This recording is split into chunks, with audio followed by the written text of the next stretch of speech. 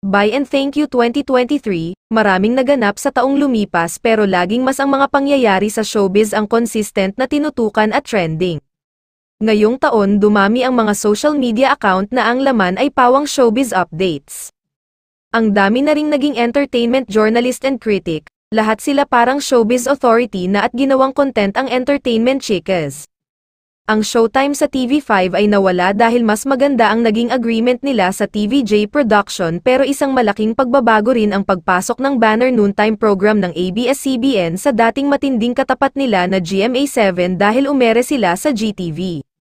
At doon dineklara ng ngayon ay retired na si Attorney Felipe Gozon ang pagtatapos ng network war, since then, wasak na nga ang network war.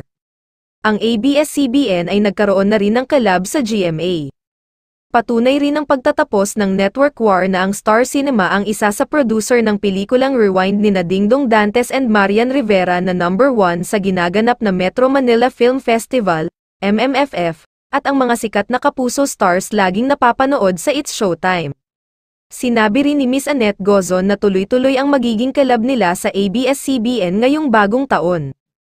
Kaya naman ang Christmas Station ID ng ABS-CBN, kasama na ang TV5 and GMA7 bilang isa silang malaking content creator ng bansa dahil bukod sa mga streaming platform, tuloy ang paggawa nila ng programa para sa GMA at TV5. May sorpresa ang Showtime family pagpasok pa lamang ng Enero, may pagbabago mula sa studio nito at pati na rin sa mga host ng nasabing programa. Nauna nang sinabi noon ni Vong Navarro na may inaayos sila sa mga magiging parte ng Showtime ngayong bagong taon, very soon pero inaayos namin new studio, new family soon.